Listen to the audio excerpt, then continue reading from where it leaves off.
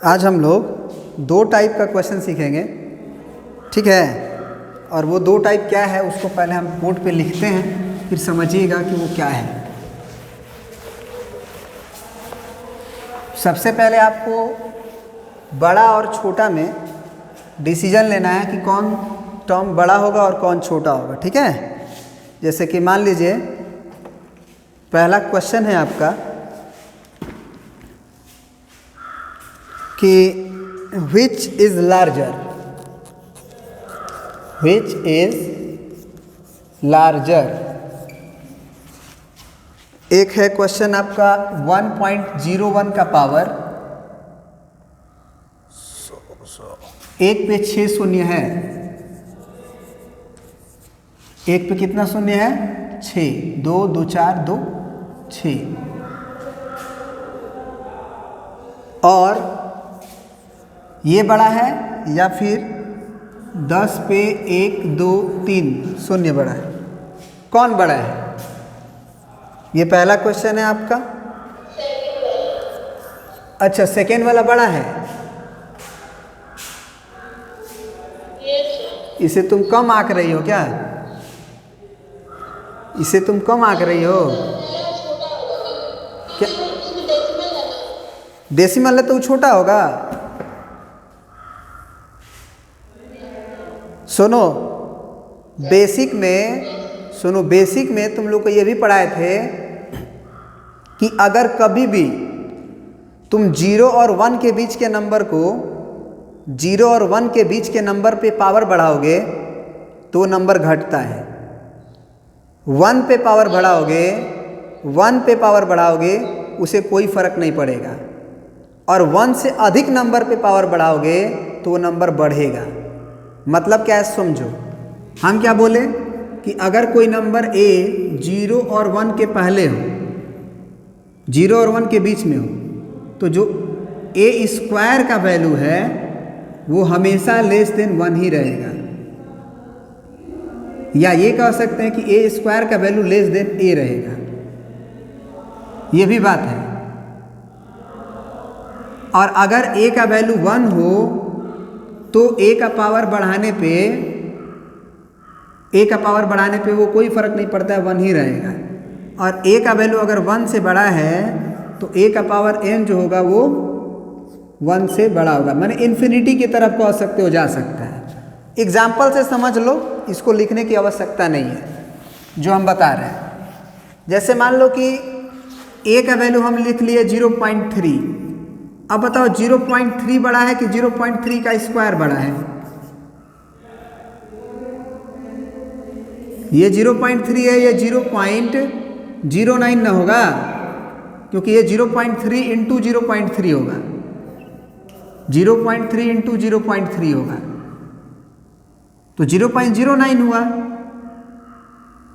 तो ये छोटा पड़ गया ना, स्क्वायर करने पे क्यूब करोगे और छोटा होगा, 0.9 से भी छोटा होगा। जबकि a का वैल्यू अगर 1 ले लो और 1 का क्यूब करो, 1 का पावर 4 करो, कोई फर्क नहीं पड़ेगा, 1 ही रहेगा। जबकि 1 से अधिक ले लो, 1.1 का ही स्क्वायर करोगे तो 121 आएगा। 121 का मतलब 1.21। अब तुम सोचो कि 1.21 बड़ा है कि नहीं 1.1 से? अब तुम 1.1 पे पावर 3 करो तो क्या होगा? 121 में 11 से गुना करो, कितना आया? 1.331 आया। 3। अब बताओ कि ये नंबर बड़ा है कि नहीं बड़ा है? तो जब तुम 1.01 पे पावर बढ़ा रहे हो, मतलब 1 से अधिक नंबर पे पावर बढ़ा रहे हो ना,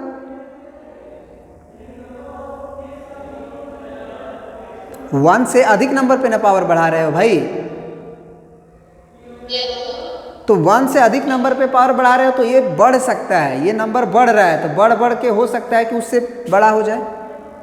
तो तुमको बताना है कि कौन बड़ा है, ये बड़ा है कि वो बड़ा है, डिसाइड करना है। बाइनोमियल थ्योरम का यूज करके बता सकते हो, यूज करो और बताओ, सोचो तब तक हम इसको मिटाते हैं। आ गया बड़ा फर्स्ट वाला। अभी बोल रही थी कि नहीं सर फर्स्ट वाला बड़ा नहीं होगा। देखो 1.01 का पावर कितना है जी, 1 2 3 4 5 6। इसको हम लिख सकते हैं 1 + 0.01 का पावर कितना, 1 2 3 4 5 6। सही है। अब इसको ज़रा एक्सपेंड करते हैं और देखते हैं। एक और बात, अगर a बड़ा होगा b से, सही है ना, a अगर बड़ा होगा b से तो a - b > 0 आना चाहिए।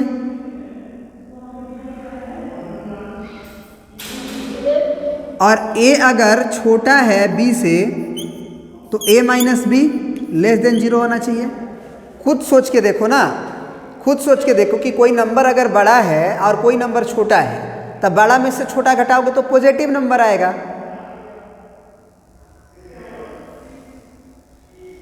नहीं समझे? आज छोटे में से बड़ा घटा दोगे तो वो नेगेटिव आएगा। इसका मतलब तुम ये सोचो कि हम दो नंबर लेते हैं और दोनों नंबर को घटा के देखते हैं कि क्या आ रहा है, पॉजिटिव आ रहा है कि नेगेटिव आ रहा है। दो नंबर उठाते हैं, हमको नहीं पता है कि ये नंबर क्या था, ये नंबर क्या था, बस ये डिसाइड करते हैं कि पॉजिटिव आ रहा है घटाने पे कि नेगेटिव आ रहा है। पॉजिटिव आएगा तो पहला बड़ा और नेगेटिव आएगा तो पहला छोटा। ये क्लियर है? ऐसे कर लेते हैं। तो मान लेते हैं कि ये एक नंबर था और माइनस कर देते हैं 10 पे कितना शून्य, 5 ठो शून्य इसका वैल्यू। तो क्या हम इसको ऐसे लिख सकते हैं 10 पे 5 शून्य, सॉरी 4 शून्य है ना जी। अब इन दोनों का डिफरेंस देख लेते हैं कौन बड़ा है। अब अगर ये बड़ा होगा तो ये डिफरेंस जो आएगा वो पॉजिटिव आएगा।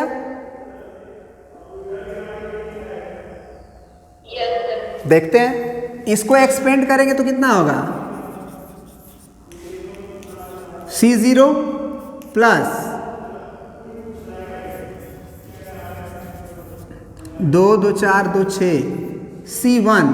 पहला पे पावर पे कोई प्रभाव नहीं पड़ता है और दूसरा पे पावर पे कितना जाएगा जी, 0.01 पे पावर कितना जाएगा, 1 प्लस, फिर बताओ 10 पे कितना, 6 0 और C2 और 0.01 पे पावर कितना, 2 and plus dot dot dot बंद और -1000। सही है जी, बोलो। इसका वैल्यू कितना होगा, 1 होगा। NC0 जो होता है वो 1 होता है, NC1 n होता है। इसका वैल्यू कितना होगा,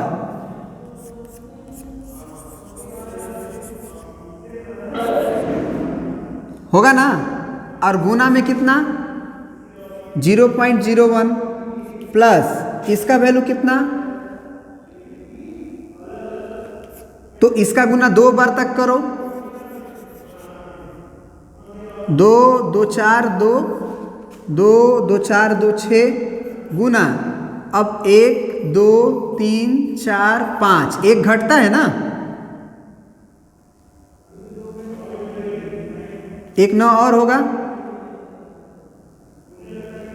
और डिवाइडेड बाई 2 गुने 1 और 0.0001। क्या ये सही है, बोलो।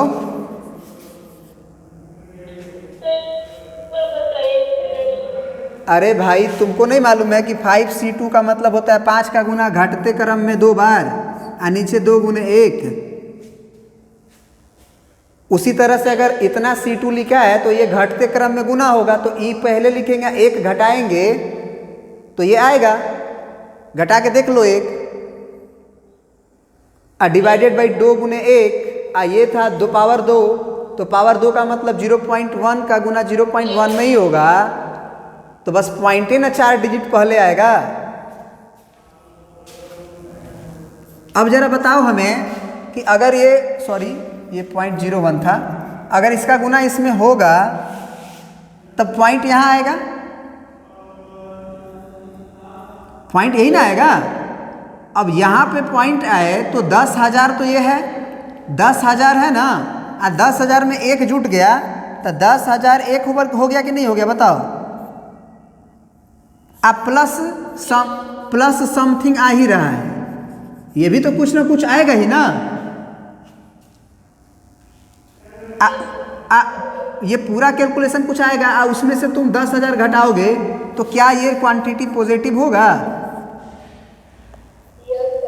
ग्रेटर देन 0 होगा।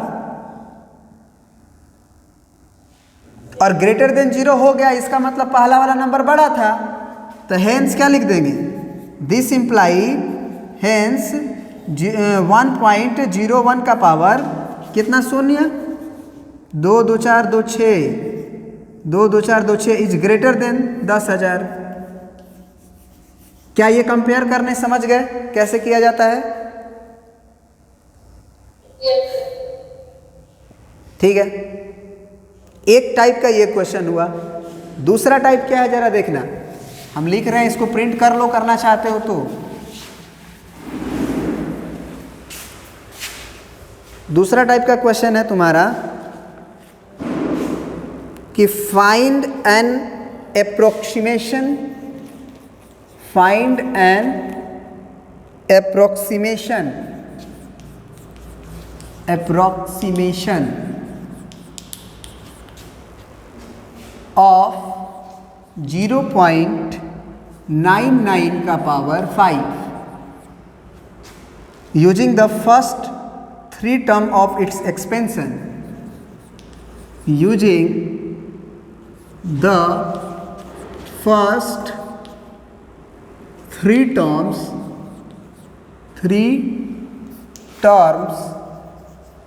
of its expansion, अगर ये नहीं भी देता ना फर्स्ट 3 टर्म्स ऑफ एक्सपेंशन, तो भी हम वैसे ही बनाते जैसे उसको लिखने के बाद बनाएंगे।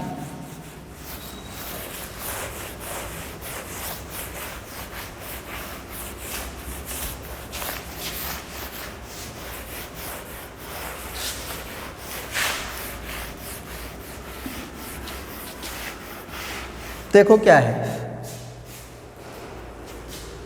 हमको इसका अप्रोक्सीमेशन वैल्यू निकालना है, ये किसके करीब है, 0.99 है तो इसको हम 1 के करीब लिख सकते हैं, 1 माइनस 0.01,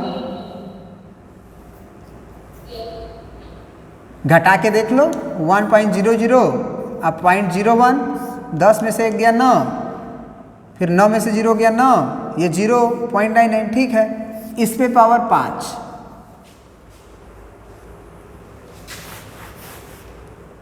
चलो करते हैं इसको एक्सपेंड। 5C0 पहले पे कोई फर्क नहीं, 5C1 फिर 0.01 का पावर 1, फिर प्लस 5C2 0.01 का पावर 2, प्लस 5C3 0.01 का power 3 and so on, last 5C5 0.01 का पावर 5। 5C0 का वैल्यू कितना होगा जी? अच्छा, ये माइनस हुआ, ये प्लस हुआ, ये माइनस हुआ, 5 होगा तो माइनस होगा, क्या एक ही बचा है उसको भी लिख ही देते हैं, 5C4 0.01 पे पावर 4, सही है ना अब तो?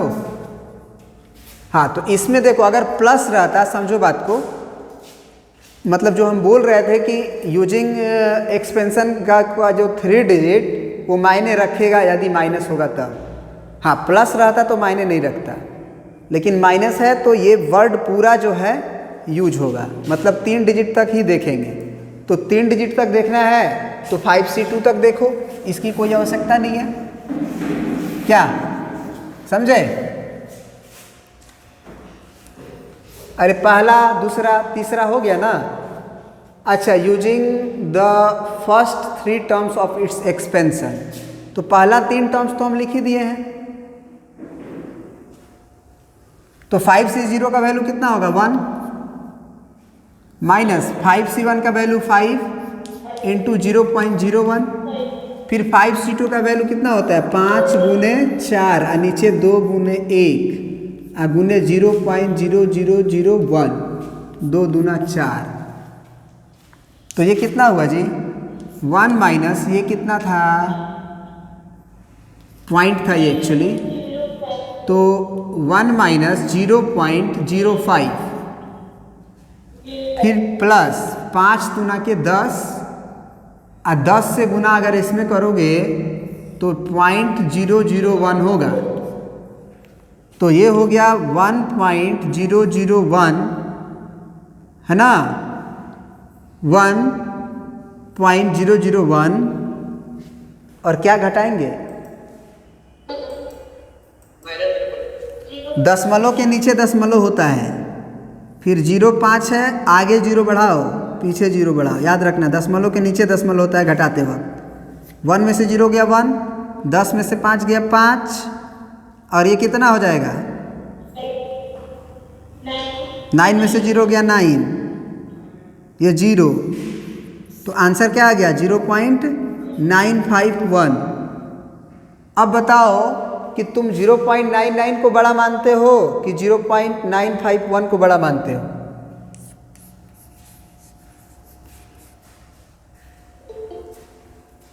तुम डिसाइड करो कि तुम 0.99 को बड़ा मानते हो कि 0.951 को बड़ा मानते हो। कौन बड़ा है इसमें से 0.99।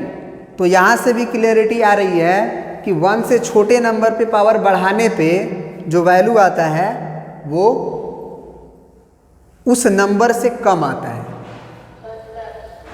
उस नंबर से क्या होता है कम आता है। समझ गए? बोलो। प्रिंट कर लो।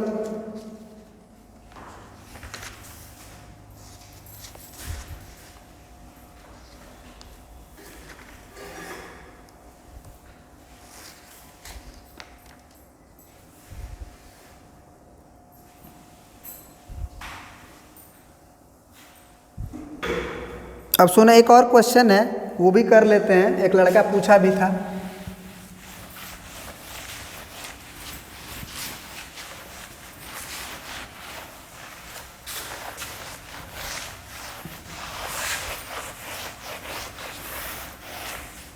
एक लड़का पूछा था कि if a and b are distinct integer, if a and b are distinct integer,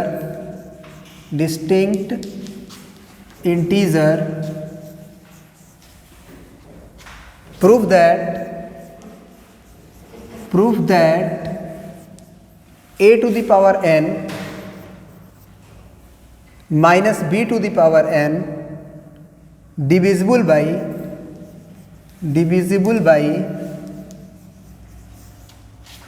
a minus b whenever n belongs to natural number, whenever n belongs to natural number। ठीक है?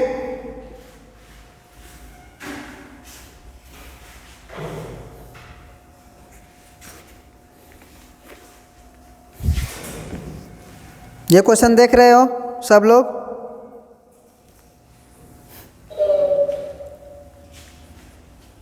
कितने लोग इस क्वेश्चन को बना लिए हैं?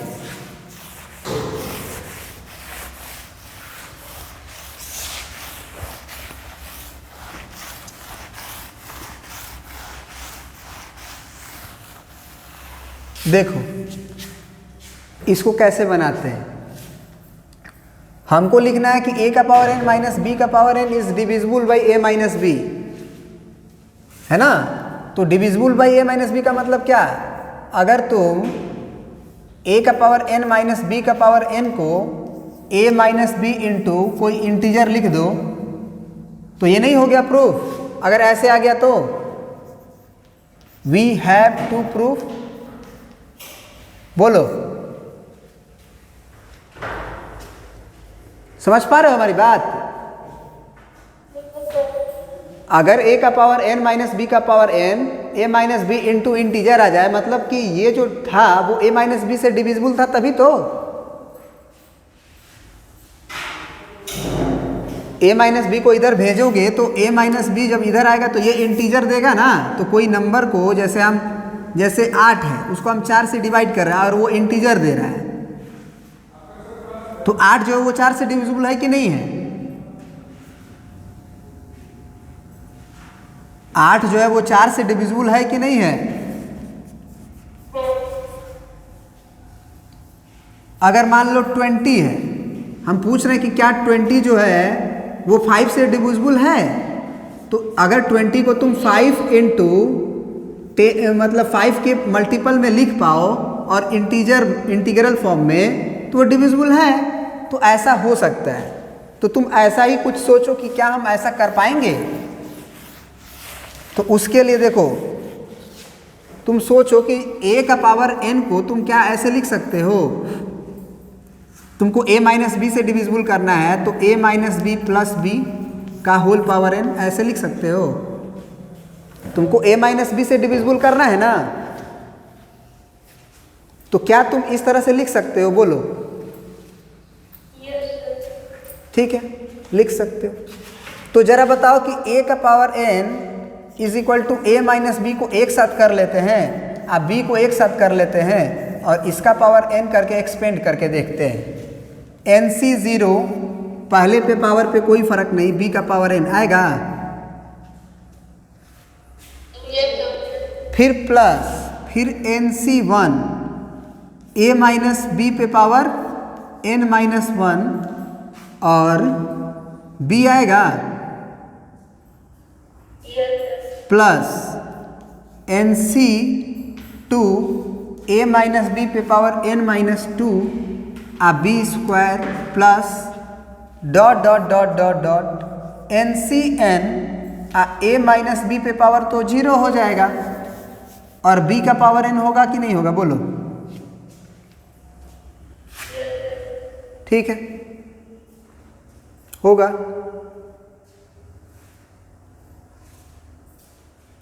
कुछ गलत बोल रहे हैं क्या कि ठीक बोल रहे हैं?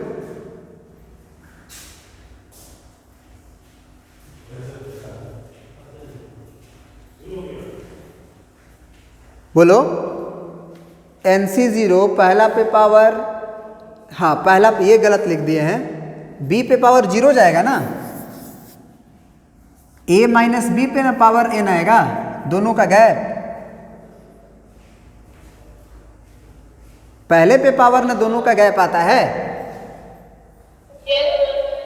चलिए ठीक है, अब जरा बताओ कि क्या इसे हम लोग NC0 को NC0 रहने देते हैं? NC0 वैसे 1 भी होगा, NC1 a माइनस बी का power n minus 1 b plus NC2 a minus B का power n minus 2 b square plus dot dot dot NCn का वैल्यू 1 होगा।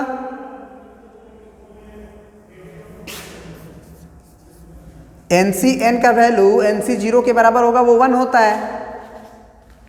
अब बताओ, प्लस b का पावर n को हम LHS में अगर खींचें तो ये किसका एक्सपेंशन था? a का पावर n का ना, तो a का पावर n माइनस b का पावर n जब उधर से इधर आएगा तो, और ये NC0 a माइनस बी पे power n plus NC1 a minus b पे power n minus 1 b plus and so on. इसके पहले वाला टर्म अगर लिखना चाहो तो क्या होगा, जरा बताओ तो।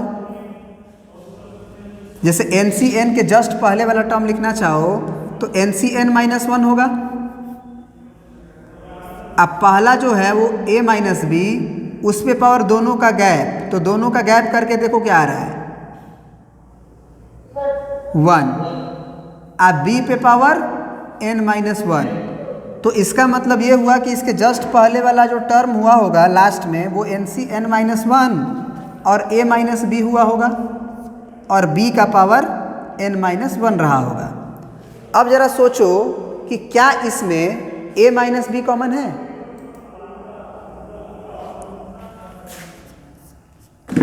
क्या हम लोग इसमें a माइनस बी कॉमन ले सकते हैं? ये NC 0 हुआ, a माइनस बी अगर कॉमन लिए तो a को कम होगा, plus NC 1 a minus B common लिए तो a को और कम होगा इसमें भी, तो a माइनस बी का n माइनस 2 होगा b। समझ में आ रहा है बात? NC n minus 1 a minus B common है डायरेक्ट, तो n माइनस 1 होगा। बोलो, आ रहा है बात समझ में?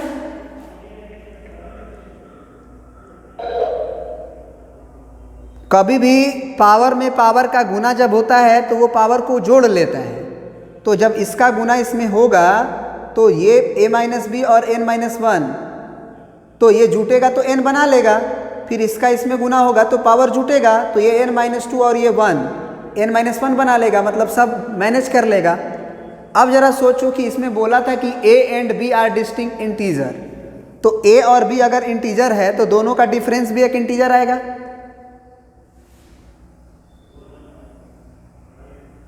a and b are two distinct integer बोला है ना, तो a में से b घटाओगे तो एक इंटीजर आएगा, उस इंटीजर का पावर कुछ दोगे तो वो भी इंटीजर आएगा। जैसे कोई भी इंटीजर का पावर 2 2 4 2, देखो 4 का पावर 2 का देखो 4 स्क्वायर। आ रहा बात समझ में? तो ये सारे a माइनस बी का power n minus 1, a minus B का power n minus 2 and so on, जितने भी हैं वो एक इंटीजर देंगे। साथ ही साथ अगर NC 0 और NC 1 और NC 2 की बात किया जाए तो ये this is the number of ways, this is also an integer, क्योंकि नंबर ऑफ वेज कभी भी फ्रैक्शन में नहीं आता है। तो इसका मतलब जो डब्बा में चीज लिखा हुआ है वो एक इंटीजर है। तो हम लोगों ने प्रूफ करने में सक्षम रहा कि a का पावर n माइनस बी का power n into a minus B into integer, this so a to the power n minus b to the power n divisible by a minus b। Prove. क्या ये बात समझ में आया?